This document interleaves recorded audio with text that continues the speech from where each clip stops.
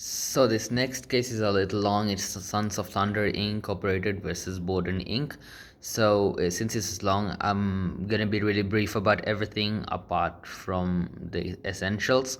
So let's dive right into this case. This case is regarding Borden, and Borden has like sells clam products and things like that. So it has its own vessels, and Mr. Donald Demuse, he works for Borden, and he was the captain for Arlene Snow, the boat, the yacht or the ship, whatever it is, and he was a very successful guy. He was eventually he moved on to his own company type of thing. So he started to lead what is called sea labor. So he used to pretty much manage the boats and get the clam products and sell them to Borden at a specific rate. So Wayne Booker, the Borden manager, Demus and some other people talked about a new boat. This boat was pretty expensive, but this would help sales because this is a bigger boat. It can shuck at sea. That's the program that was called. And when smaller boats can't go out to the sea in rough weather, then this boat can. And they made contracts. They signed personal notes. People personally guaranteed this in order to make this happen because it's regarding a lot of money. So what happened is that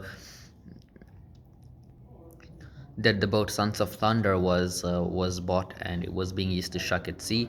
It needed a lot of money, a lot of costs, a lot of costs, and business operations were ongoing. So Sons of Thunder needs some kind of assurance that they're gonna do some business. So Borden said for 5 years, 1 year at a time. First year is guaranteed, and after that, contract is enforceable all the way up to 5 years, automatically enforceable.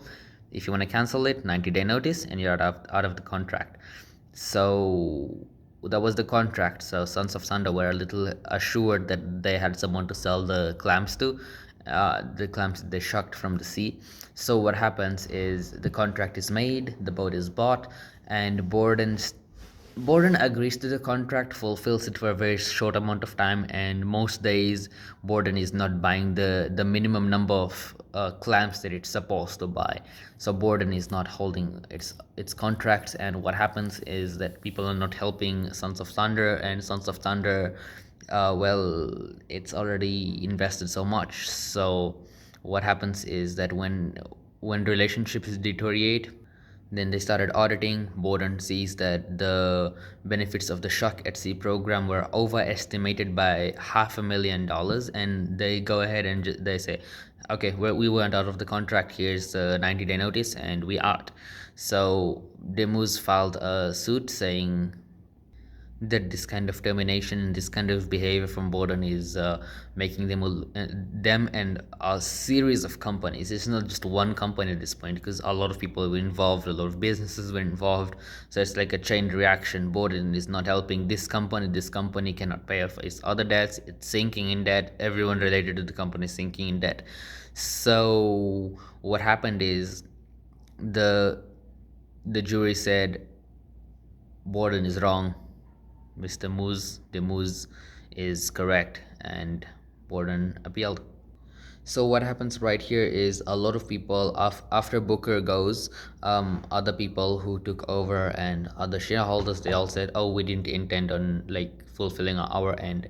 So pretty much the Demus and Sons of Thunder get the short end of the stick, and pretty much the implied good faith is broken, right? So Demus was trying to get this business started and make connections and get the business started in such a way that needed good faith. They said, "Yeah, we'll support you," and then when time came to support, they didn't support. The jury understood that by Borden terminating the contract, it would start this domino effect, and all of the companies in which Demus was involved would start to fail.